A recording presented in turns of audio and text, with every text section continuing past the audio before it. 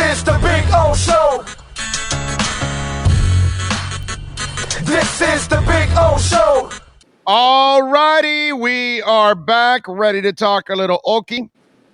Maybe we won't be talking so much hockey in this one, but we'll be talking to the Panthers through all of this. The man, the myth, the legend that is George Richards. There he is, looking slick and ready to go. What's that background there, George? What are all those little pictures back there behind you? I can't tell. Those are baseball cards, bud. Oh, okay. All right. Okay. It's kind of tiny for me, so I'm not exactly sure. I can't even decipher. I figured it was some kind of cards. I just don't know what the hell it is. 1985 Topps baseball cards. Nice. Yeah. Nice. That's a sweet background right there. There you go. I figure it's better than just a curtain. Actually, you know, now that I think about it, you know that conversation we had? Actually, George might be another one of those writers. Because I was talking about it, George, that very few writers I usually, because being a radio guy like I've been all my life, and when I've been in press rooms and I sit around with other people in different beats, I've noticed that most writers, they really don't follow all sports. But you're actually one of the few that you do follow all sports, don't you? Yeah, I follow everything. I mean, Yeah. there's a few exceptions, but not a lot. Right, but basically you follow Yeah, football and basketball and baseball and hockey and, you know, and the basics, in other words. I pay attention to everything, even though I don't watch NASCAR. Right. I know what's going on in NASCAR. Right, exactly. Me neither. I don't follow it, but yeah. But I read about it. Right, exactly. Right. I'm with you there. So George would have been on that list because everybody's always impressed when I bring Ira on. I can actually go in different directions with Ira. I don't have to. Oh, Ira, no. Yeah, Ira follows everything, yeah. Ira follows. Jason Cole was like that, too. I was telling him that. Absolutely. Because I obviously got to know Jason really, really well. Yeah. And I would talk with Jason and we would be in the football press box and we would be talking baseball, which and all the other guys are looking at us with like a fish eye, you know. Right. So Earl would look at us only when we were talking Yankees. Outside of the Yankees, he didn't follow any other thing in baseball outside of that. But most of the other writers are like looking at us like, what the hell are you guys talking about? It's like Chinese. All right, my brother, let's get into the hot and heavy stuff. Most of us felt that Quenneville would not survive this, and that's exactly what ended up happening. Where do the Panthers go from here, first of all? Well, right now they've got an interim head coach, Andrew Burnett, an assistant coach. He was a former NHL player. He was in the league a long time. It was in the Minnesota Wild organization as an assistant coach and as an assistant GM. So he's been in the front office and on the ice. He was one of Joel Quenneville's first hires when he came here. So Burnett's been here since it all started in 2019. Very well-respected guy, very popular guy among the players. I don't know if he's going to keep the job full-time. I know the Panthers are looking. This is a cup team, right? This is a team that's going to be a championship contender.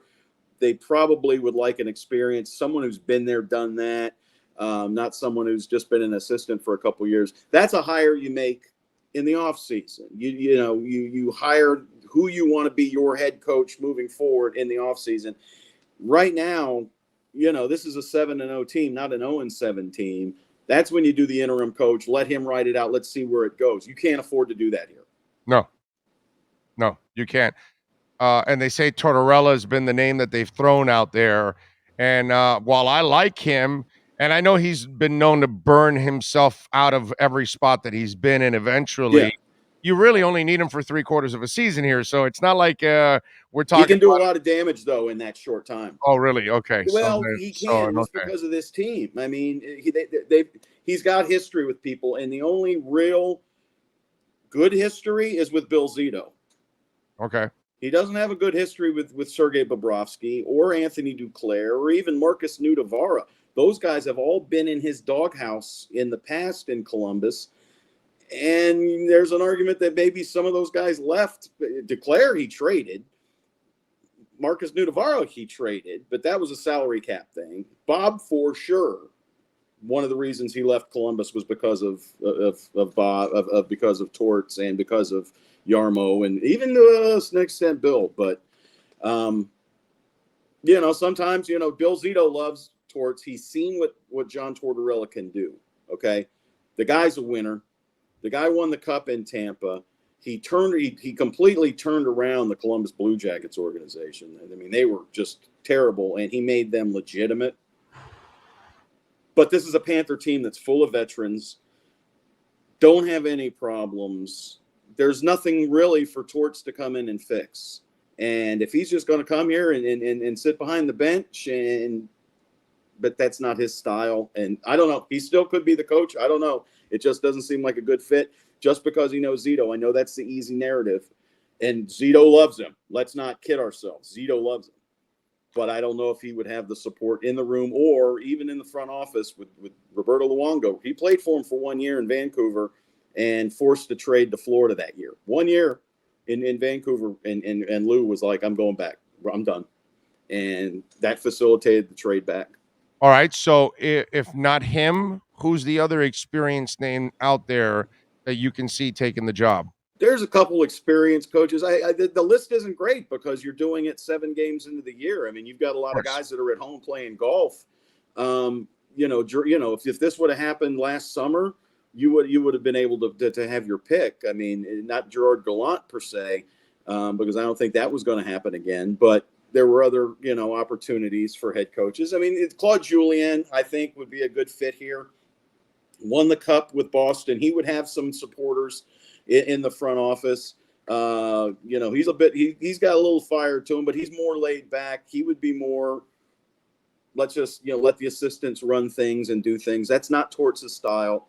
But Claude Julien, I think, would be able to come in here and kind of, guide the ship and be a very calming thing. And then, you keep him through the year, you try and win a Stanley Cup. And then next year, maybe you look for your coach moving forward, which could be a guy like Andrew Brunette. Right.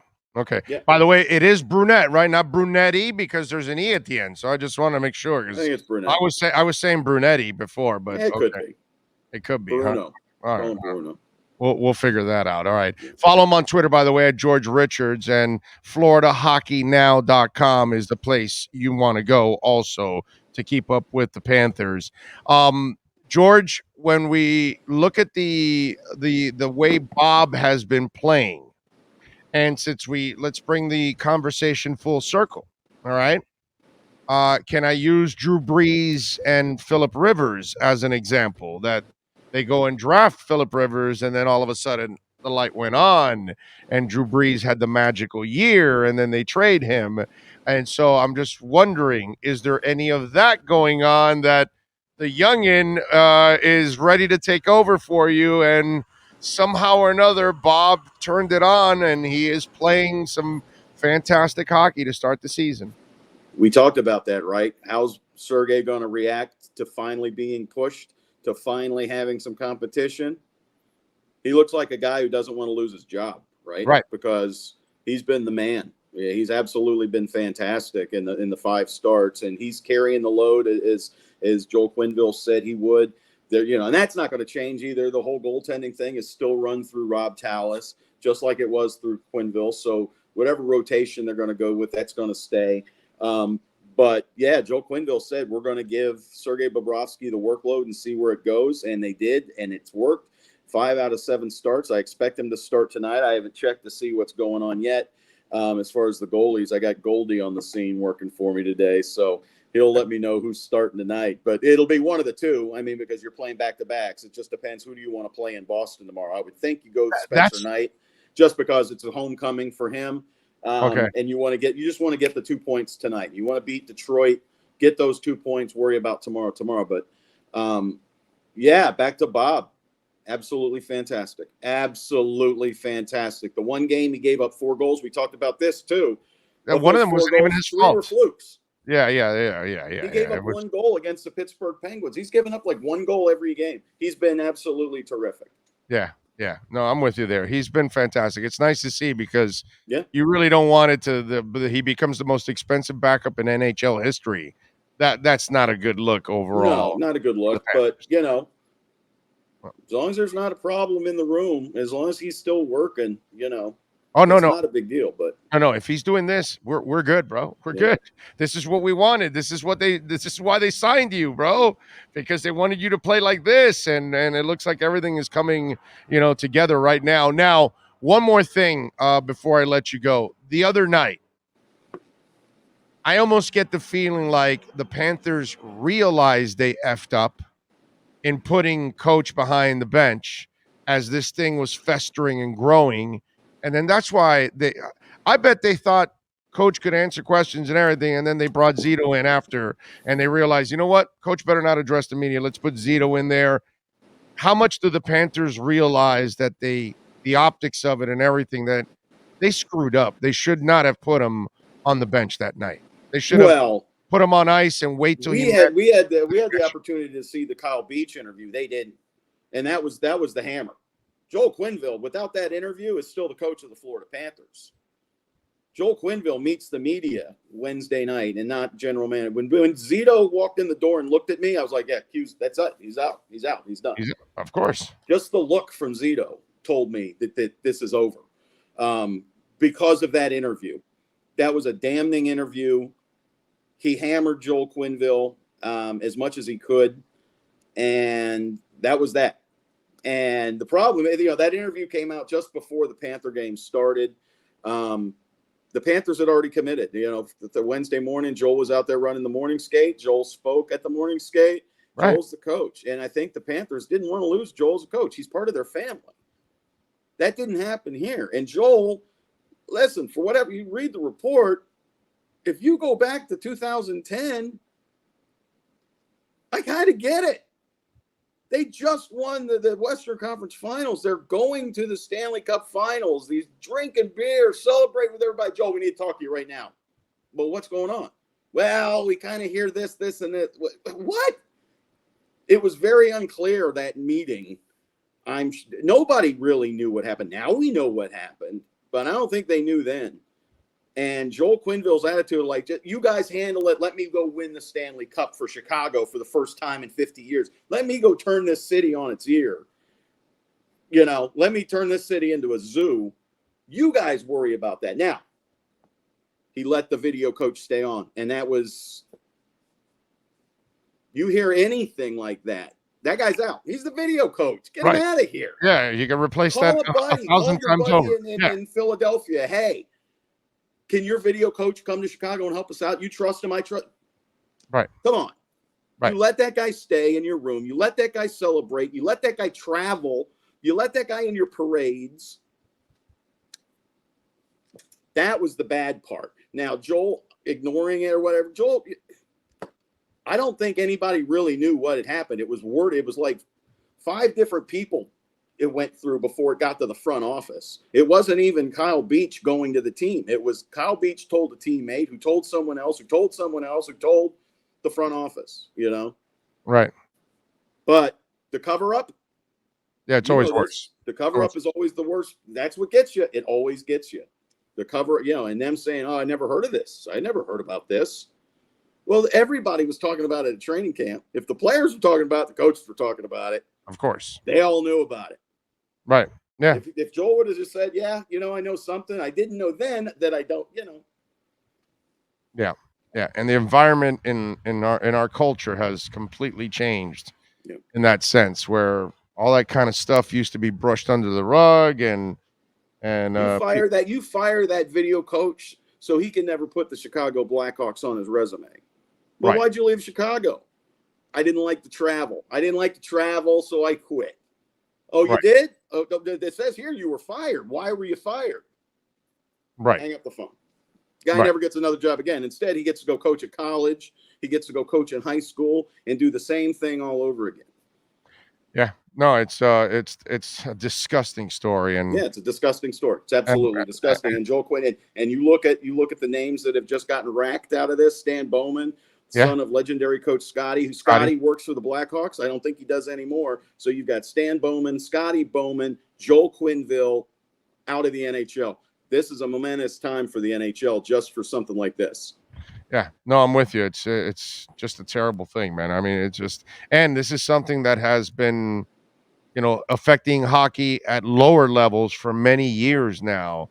So it's sure. Sure. Yeah. So it's so this says something. I mean, and that's the other thing hockey had to look at, right? We have to take, because there's so many. This has happened in youth sports, unfortunately. I mean, there's got to be some consequences. There's got to be, and the a-hole video coach already went to prison. He's a sex offender for the rest of his life. But the people that covered it up, I don't think that they let it happen by any means. This is not a Penn State situation. This is not Joe Paterno looking the other way because it's his best friend of 50 years doing this, right? This was one incident where the details were fuzzy. They handled it wrong.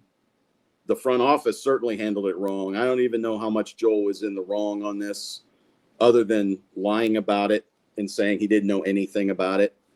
But it's just an unfortunate incident. And guess what? It stings the Florida Panthers. Their Hall of Fame coach is no longer here. Something the Florida Panthers had absolutely nothing to do with. Follow him on Twitter at George Richards. And, of course, go to the website, FloridaHockeyNow.com, so you can keep up with everything that is the Florida Panthers. Will they break the 10-0 mark? I don't know. I mean, you've got a tough back-to-back here, right? You've got Detroit, an improved team that gave you trouble last year when they stunk. Florida won 6 of 8 against Detroit. They had their blowouts, but they had some tough games against them. And that was a really bad Detroit team. This is a young team that's growing, actually. Yeah, they've got Steve Yzerman running things. They're on the road to recovery in Detroit. They're a good team. You play them tonight. You expect them to win. You expect them to win in Detroit. Then you've got to go to Boston tomorrow. So tough one. I think, you love to stay undefeated, but you're not going 82-0. So get 3 out of 4 points on this trip. You'd be thrilled.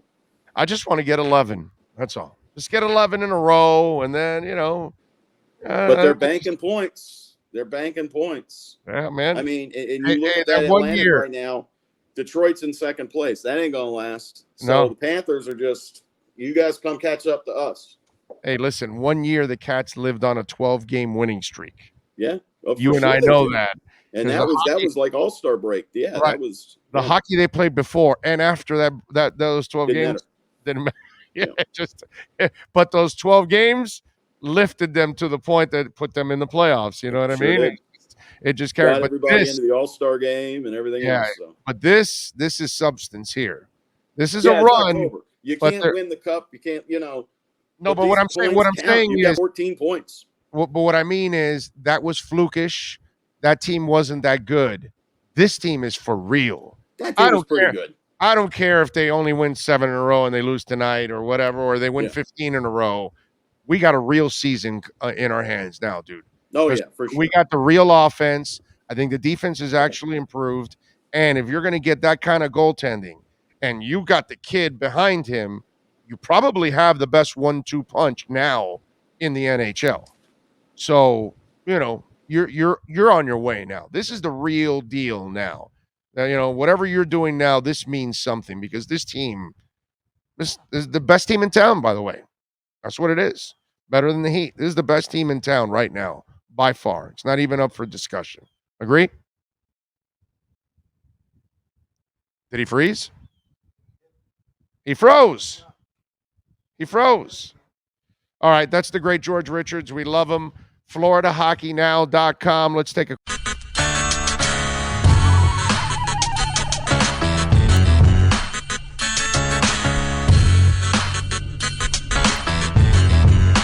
This is the Big O Show. This is